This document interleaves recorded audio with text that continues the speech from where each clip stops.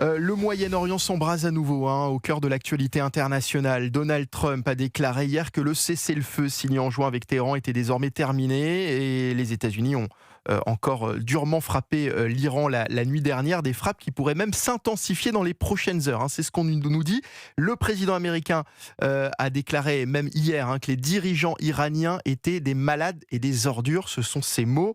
Donald Trump qui, pourtant, il y a quelques semaines encore, nous disait que c'était des dirigeants, que les nouveaux dirigeants iraniens, que les nouvelles personnes qui étaient à la tête aujourd'hui des gardiens de la révolution étaient des personnes intelligentes avec lesquelles on pouvait négocier. C'était ces mots.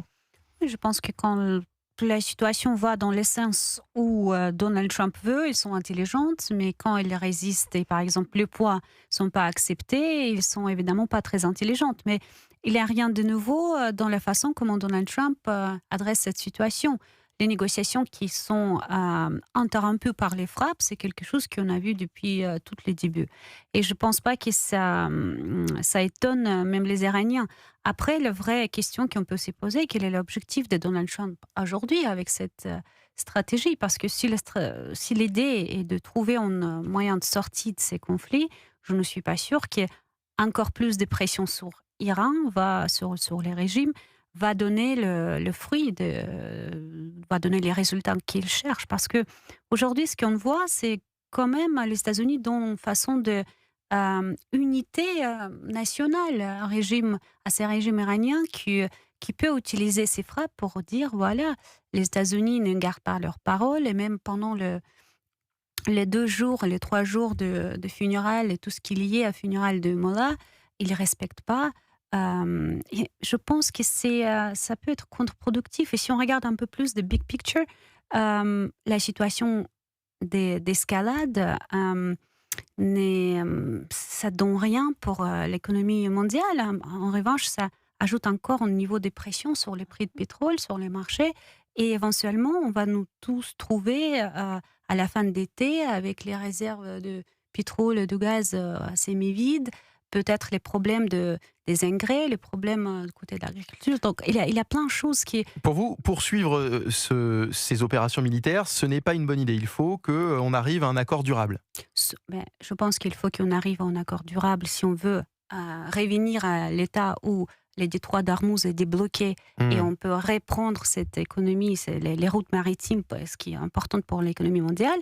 Mais après, sauf si Donald Trump peut vraiment s'engager dans une campagne militaire de longue durée, avec les troupes au sol. Dans ces cas, c'est un autre sujet. Mais c'est toujours compliqué pour moi à croire que Donald Trump va le faire parce que ça, c'est quelque chose que probablement va le faire perdre dans les midterms. Il y a 2 sujets. Oui. Il y a l'économie mondiale, Hélène Rouet, il y a aussi la sécurité mondiale et la sécurité dans la région.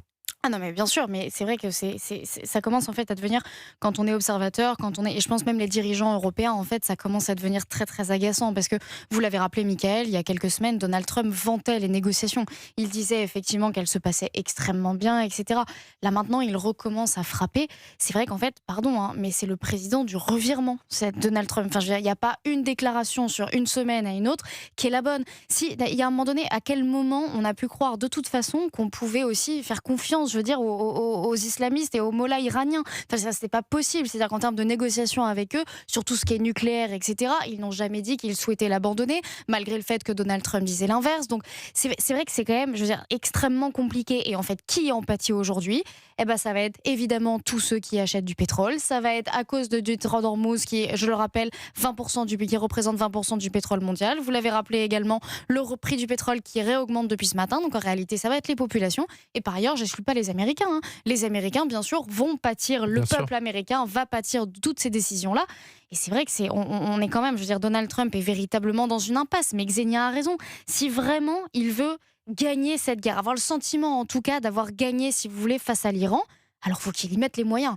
Faut qu'il y ait les troupes au sol, mais alors, et à ce moment-là, c'est vraiment, on parle pas de la même chose. Mais là, on est rentré dans une guerre longue. En fait, il s'est retrouvé encore une fois dans la pire des la pire des situations, pardon. Même si je pense que depuis quelques mois, on a compris, en particulier dans ce conflit, que Donald Trump, lorsqu'il s'exprime, il ne faut pas forcément prendre tout ce qu'il dit au pied de la lettre. Tout à fait, ouais, bien sûr. Et qu'il y a aussi une stratégie de communication de la part du président américain qui s'exprime parfois pour son peuple, parfois pour les marchés également, parfois quand il s'exprime, c'est pour envoyer un message et pour mettre aussi un coup de pression à son adversaire. On va l'écouter justement Donald Trump lors de ce sommet de l'OTAN à Ankara qui s'exprimait, qui disait finalement que les États-Unis avaient pratiquement anéanti l'armée iranienne. Écoutez.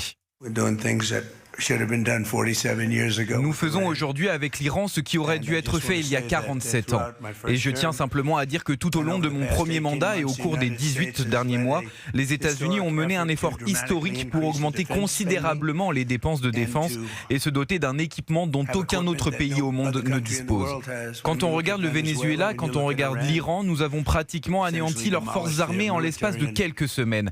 Ils disposaient d'une armée performante, d'une marine performante, et ils avaient 159 navires qui gisent désormais tous au fond de la mer. Ils possédaient des centaines d'avions qui ont tous disparu, ils gisaient tous calcinés sur les pistes.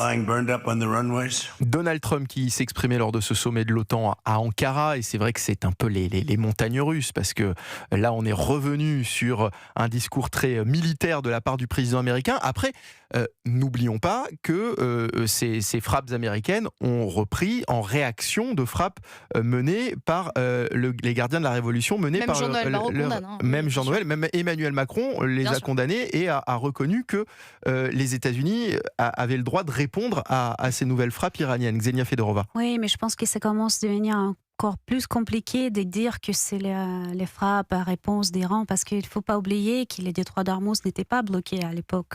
Les détroits d'Ormuz étaient bloqués en réponse des frappes américaines et israéliennes. Donc chaque fois, Donald Trump présente la situation comme c'est la réponse aux actions iraniennes. Il ne faut pas oublier comment tout ça s'est commencé. Pour le détroit, oui. C'est-à-dire qu'effectivement, lorsque, au moment de cette trêve, on a dit, victoire, le détroit d'Ormuz va rouvrir, effectivement, il était déjà ouvert avant le début de la guerre.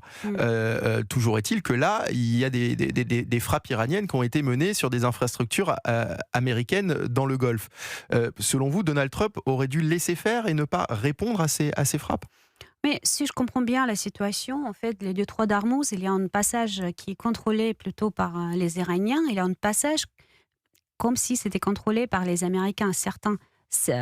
Plusieurs bateaux sont essayés de traverser le détroit d'Ormuz, probablement sous accord américain, et les Iraniens ont répondu parce que pour eux, détroit d'Ormuz, ce sont les cartes dans les mains. Aujourd'hui, c'est le seul probablement carte très fort qu'il peut utiliser dans ces négociations.